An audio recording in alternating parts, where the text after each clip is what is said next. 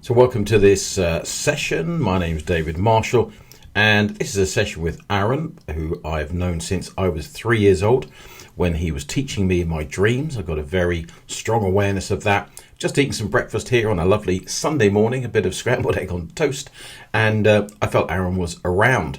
And I've been really wanting to explore much more into the idea of channeling, so I've created this channel, and I'm just going to follow the impulses. I'm really interested to see what Aaron is going to talk about, because I don't know, I've got some idea, I think, but then he just kind of goes off in different directions. So I have no idea at all how this is going to go, but I do know that every time Aaron speaks, it's interesting and it's also useful as well. And so that's what we're going to do. We're going to explore that. So the next person you hear will be Aaron. What will happen is I'll sit, relax for a minute, maybe. I feel as though I'm being enveloped in quite a strong kind of psychic energy, an internal kind of an external pressure. I can feel that within that kind of, think of it like a mist of energy, that there is something happening, that there is an identity there. And then I will consciously just relax and Aaron will speak. My experience will change over the period of speaking time. And I may not even put this up to record. I don't know yet, but we'll see. But this is all an exploration for me, as it will be for you. And I know it is for Aaron, because of course Aaron has never done this session before. And so we'll see exactly where it goes. So I'll see you in a second when Aaron is speaking. He may sound like me, he may not. Who knows? Good morning. I wanted to come here today to speak about the nature of consciousness, and also to show and encourage you to challenge the ideas that you have about consciousness, its limitations, and how it interacts with not only this, but other realities. There is, of course, a certain amount of skepticism about the nature of consciousness, its abilities. You are so focused, so committed, if you will, fearfully committed to the physical reality that you see through your senses, that often you are simply in denial of other experiences quite as valid that you yourself have, but that you yourself also block out from your experience. And so consciousness is really information. It's the experience of being yourself, and you have limited, owing to your own ideas, beliefs, expectations, and of course, owing to the time period in which you have focused your attention, you have limited yourself to the boundaries and the walls of the physical reality that you perceive. And so I am here to challenge, I am here to offer, to start conversations about the nature of consciousness itself. For I am far broader in my conscious awareness, you may say. You are seeing one thin line of reality. You are saying that this is the only reality. Your identity are based upon the names given to that reality and your operations within it. You are a man, a woman. You are a doctor, you are a nurse. You are a mechanic. And you identify yourself. And yet these identities, understandable as they are limiting your experience. For even a doctor or a nurse or a mechanic has intuition. Even a doctor, a nurse or a mechanic has dreams, have experiences and coincidences. And so no matter who you are, no matter what designation you give yourself, if you were to relax your opinion on the nature of reality, every single human within this environment would acknowledge that they have experiences that cannot be justified by the intellect alone.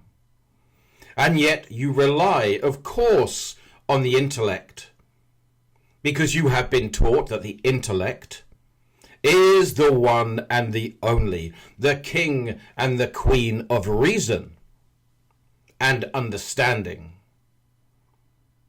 and knowledge and insight. You fall at your knees at the abilities of the intellect.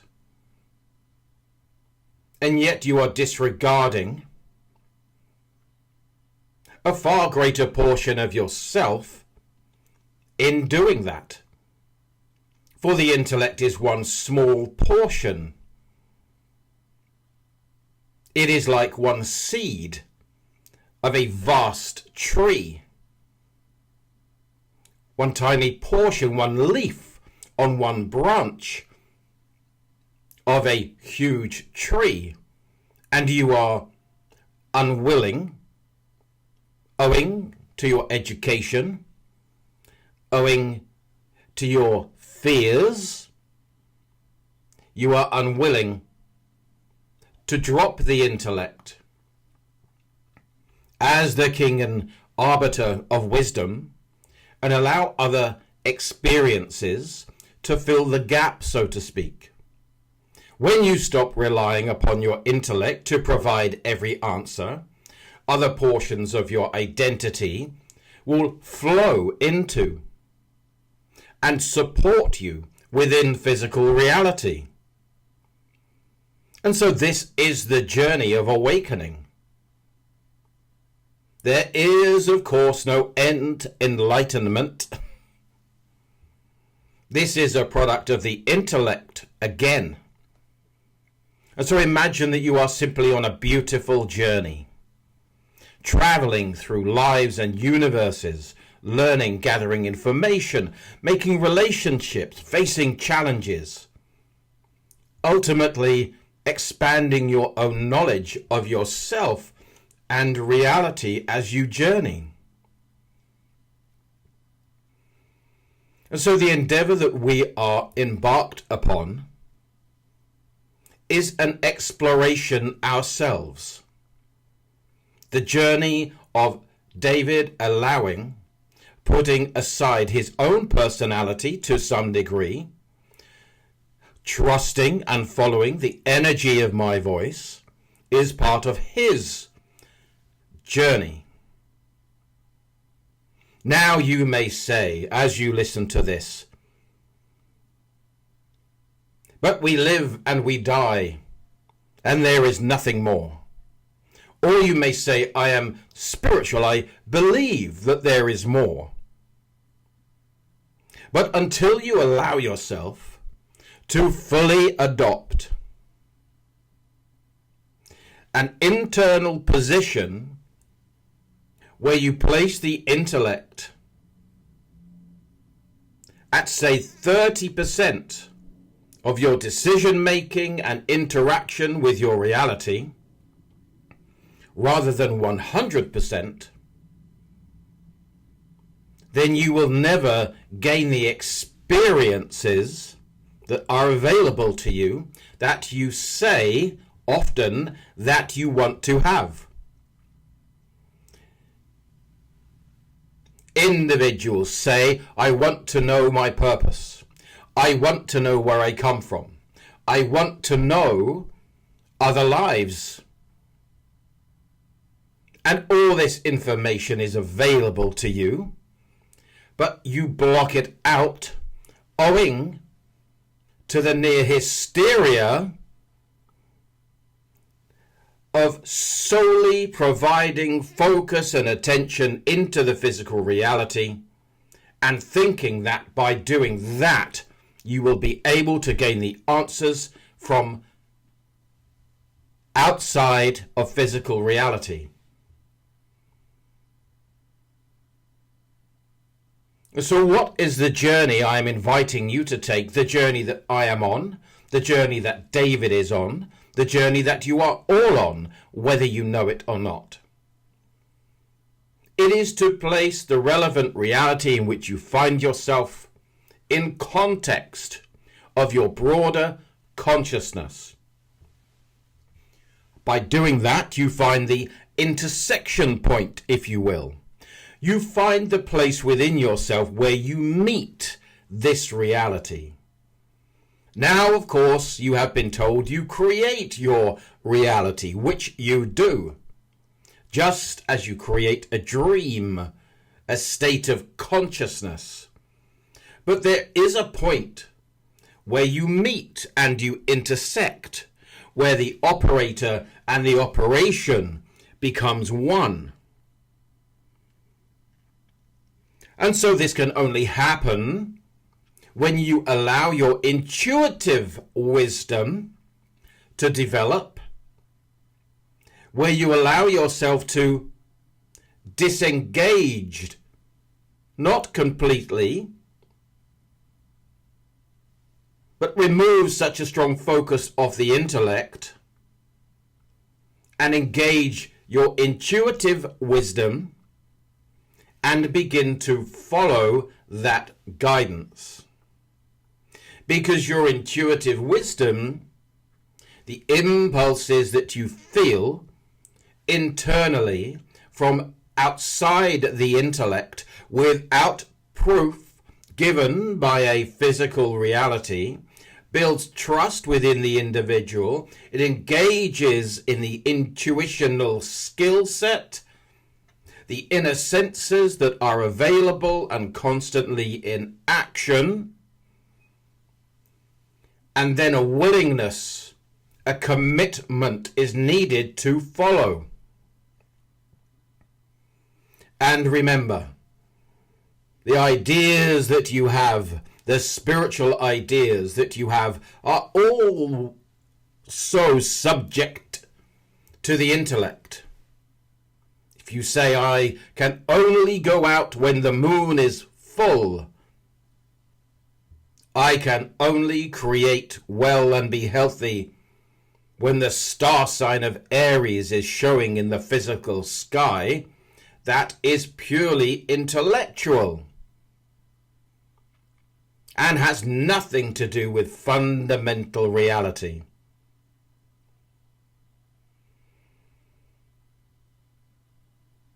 And so allow yourself to coordinate, if you will.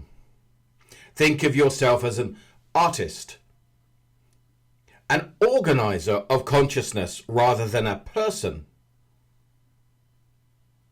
where you are able to say, I choose this form of experience, I choose the other form of experience, and all are valid. And allow yourself, if you dare, for certain periods of time a day, to simply drop the intellect. Now, I am not suggesting that you do this while you are driving. I am suggesting that in periods of the day where you are not so focused through the intellect, that you allow yourself a sense of freedom so that your broader consciousness and identity can begin to filter information to you that you are able to interact with and acknowledge.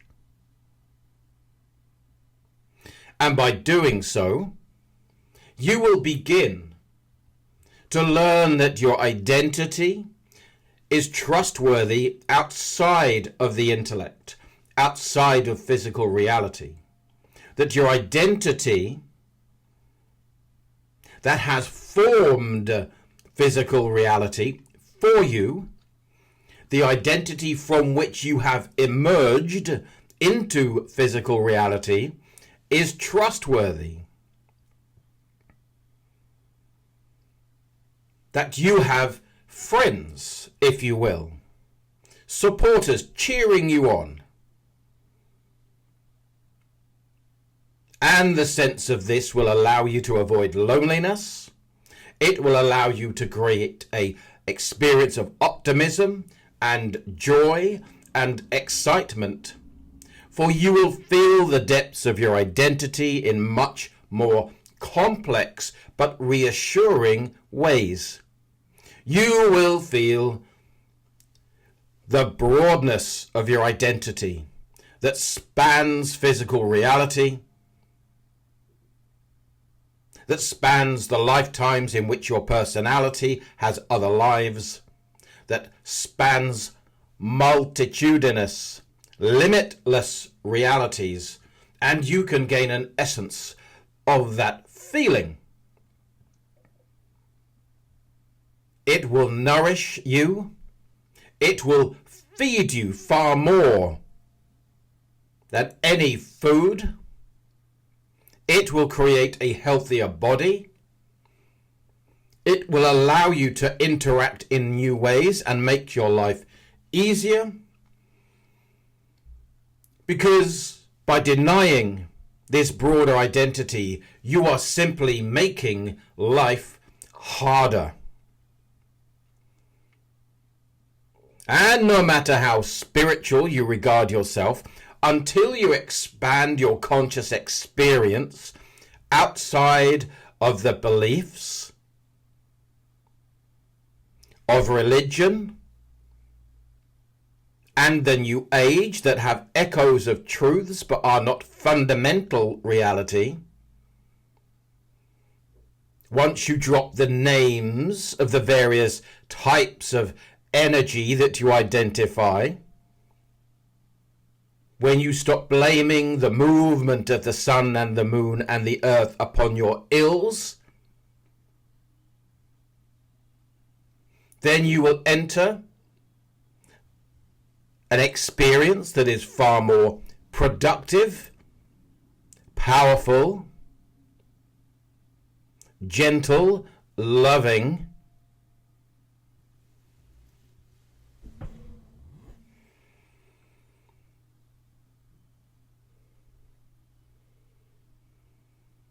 and so that is the invitation. This is the conversation that you must have. It is the invitation from your inner self for the journey that you are on. And I speak to invite you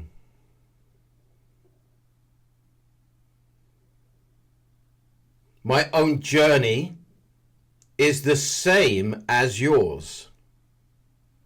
For I can identify with lifetimes within physical reality.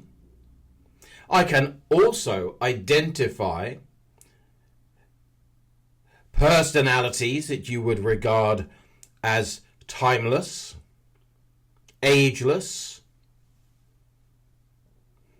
just as your own consciousness is a result of the gestalt of consciousness from which you emerge, with echoes and elements of the inner self, of which you are an integral and unique part.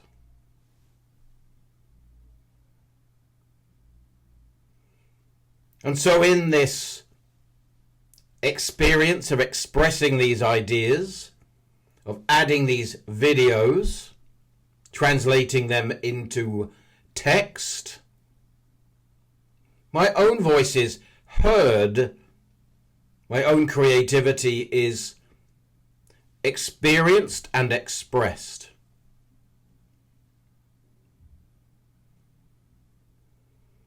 And we will leave it there.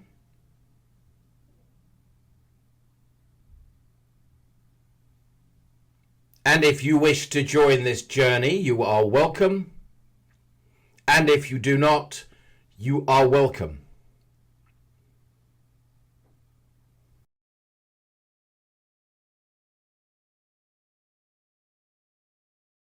Okay, so here we are, back again a few minutes later, feeling a bit spacey. I see that was for about, about 15 minutes. I cannot tell you where the time went. It feels to me like, like a couple of seconds, to be honest with you. So we'll see how that goes. I will have a listen back to it. I don't actually know everything that was said as yet, but do comment and do ask questions. And, I know it's challenging to think that our consciousness extends beyond the five senses, and that obviously if that's true, then there is consciousness that aren't us beyond the five senses, and that we can kind of put ourselves to one side and invite those personalities to speak. And that's what we're doing here. So as I say, this is a journey for me That was, I can't believe that was, well, I'm looking at here, about 18 minutes, something like that. That's crazy. So anyway, I will have a listen through and I will see you in the comments section. If you've got any questions for Aaron, do ask them. Please do ask them, because I'm interested in taking the journey. I'm interested in what Aaron's got to say and also exploring this journey with you on this channel. That's it, guys. Have a great day. Do subscribe to the channel if you want to know where we're doing more channeling sessions.